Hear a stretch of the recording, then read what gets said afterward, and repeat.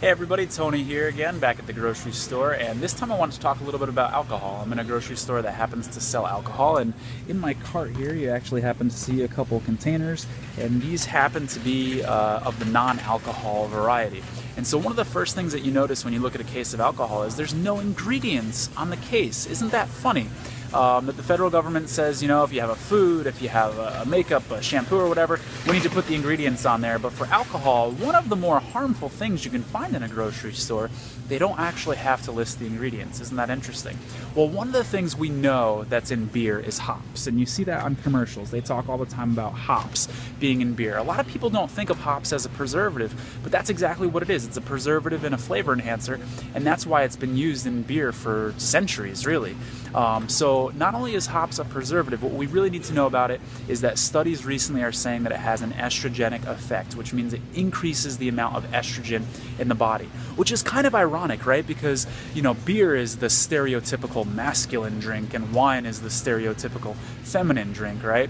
And in our beer commercials, what do? They play on males' insecurities about their masculinity and say, you know, if you want to be a man, drink this beer. This is the beer for men, right?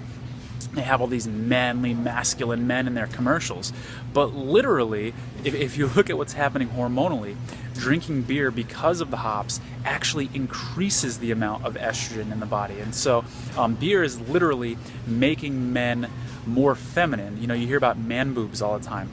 Some of that can be attributed to the hops in beer if it's someone that's drinking a lot of beer over and over. So beer is literally making men more feminine while advertising to them and saying, you're not manly enough, drink our beer and you'll be a little bit more manly.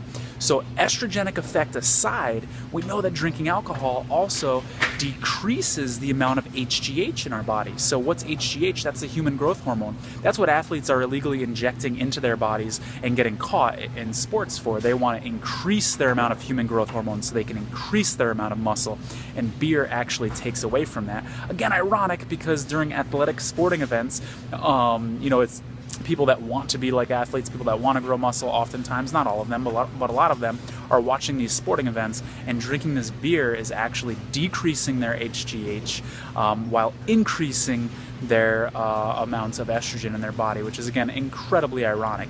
So all those things aside, remember that drinking alcohol also, you know, is very harmful to your liver. Go to tonyshealthtips.org and you'll see why your liver health is absolutely crucial for, you know, whether it be managing chronic diseases, for detoxification, a whole bunch of other things. So that's all I've got for you here today. Stay away from the beer. You know, wine is a slightly better choice. If you're going to get wine, try to get wine without sulfites. Try to get organic wine.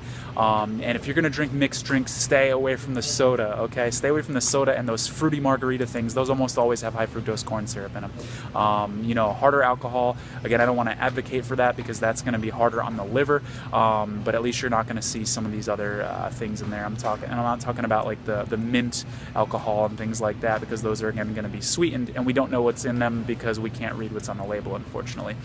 So again, bottom line here, try to avoid the beer. There is some beer that's brewed without hops. It's very rare. You could go out of your way and look for that, though. All right, everybody, take care. Bye-bye.